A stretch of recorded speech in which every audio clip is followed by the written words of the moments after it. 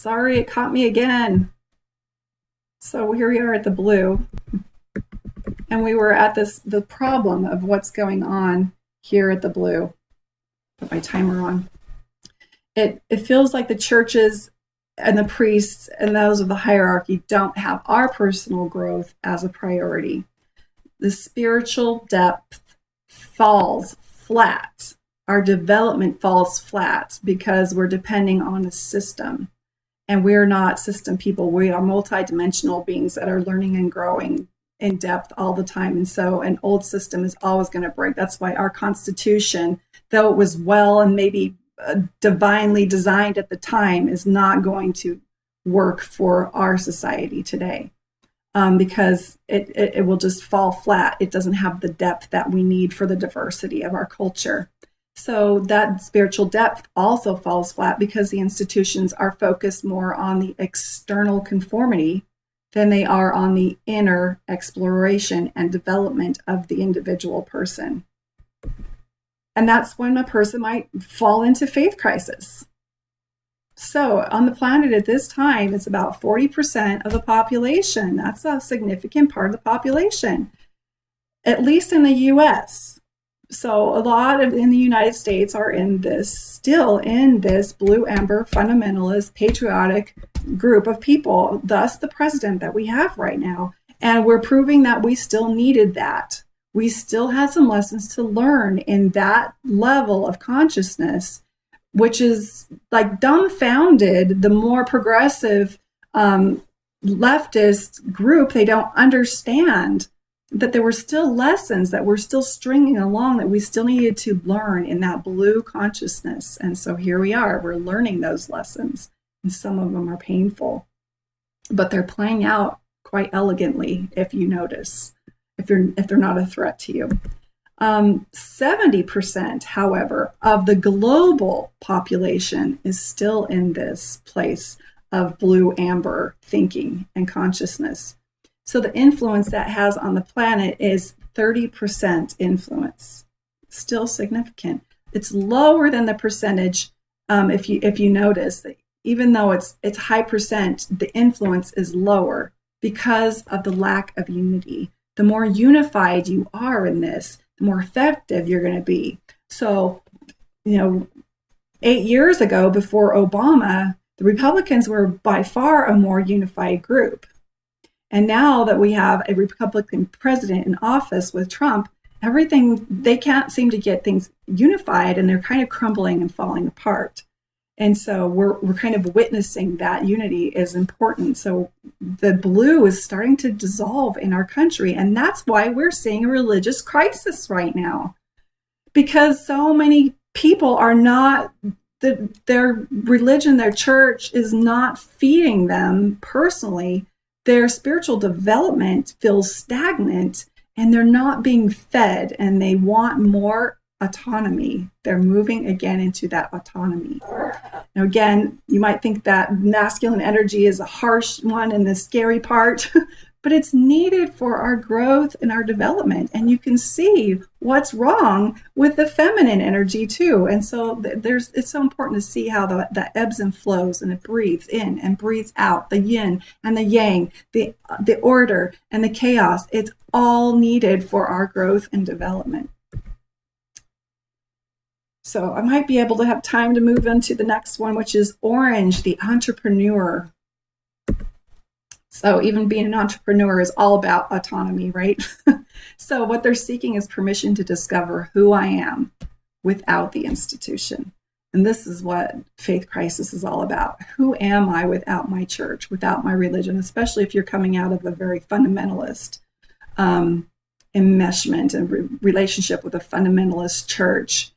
That faith crisis is your soul calling out for permission to discover who you are without the institution. And a lot of times people will find out, I have no idea who I am without my church. In fact, I've heard it said in church, I don't know where I would be or who I would be without the church. And so their identity is so enmeshed in the church and in the doctrine that there has to be a time in your soul's development where you need to find out, who am I without the institution? They're very enterprising. They Their mentality is kind of wanderlust. Otherwise, anything's a possibility. They want to adventure out. They want to see what I am made of. They're about exploring, trying new things, taking risks. They're about achievement, excellence, merit. They have high hopes. They're not naive. They're educated. Otherwise, they're using science to project what will work and what won't work. And it's not, instead of the magic or the mystical, or trying to speculate on what God expects, they depend on statistics and logic and patterns, because we're growing and evolving, and we see how important those things are. You can cause change to happen, and you know this at this orange level. So you pursue what you can do to make a difference. And so I think it's interesting, in my church situation, some people will just leave. They're just like, put their middle finger to the church and they walk off and they can leave. But then there's others who just can't. It's like they feel an obligation to change the order and to change the system. And they know they can make a difference. And this is where we have marches and we have petitions. And so they want to make a difference and make things better. They have a belief in changeability. They believe that I have something unique to offer. And when that enters into your mind, that's when you're starting to break away from that blue consciousness. They learn to play the game of entrepreneurship. They learn to concern themselves about finance, marketing, success. They learn what pleases them and what they have to contribute to the world.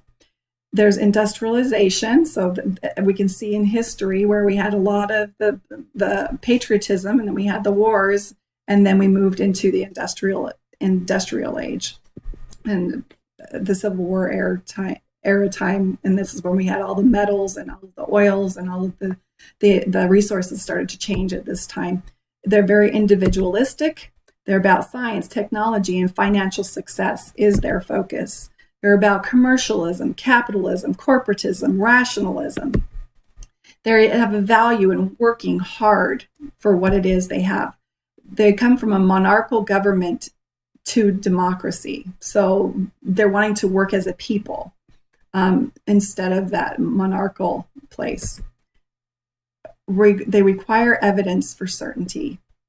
And so when you're frustrated, when your child is requiring evidence for a Book of Mormon, or your child is requiring evidence for some of the stories in the Bible that just don't seem realistic, they're moving into that orange place where I need to know for myself. They need evidence for certainty. They become objective, questioning, very inquisitive, challenging, more humanistic. They don't believe in slavery. They think everyone has the right to pursue happiness. And I want to do what I want to do in the world, and I certainly want to offer that opportunity to you as well. So even though this is a more masculine energy and consciousness, level of consciousness, at least at this level, we've learned enough through the other more feminine energies that we do want to help others be safe to pursue their own happiness. Also, their universal philosophies are true for all humans. So they're starting to understand that some things are true, and then there are separate beliefs of other people. They're becoming observant of blue and not just saying that blue is the only way to live and the only way to be.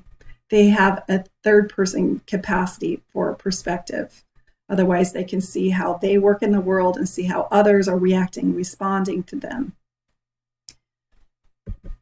The leaders are the CEOs, the top money makers, the corporations, the businessman, the fashion industry, which is interesting about my church is first and foremost is a corporation.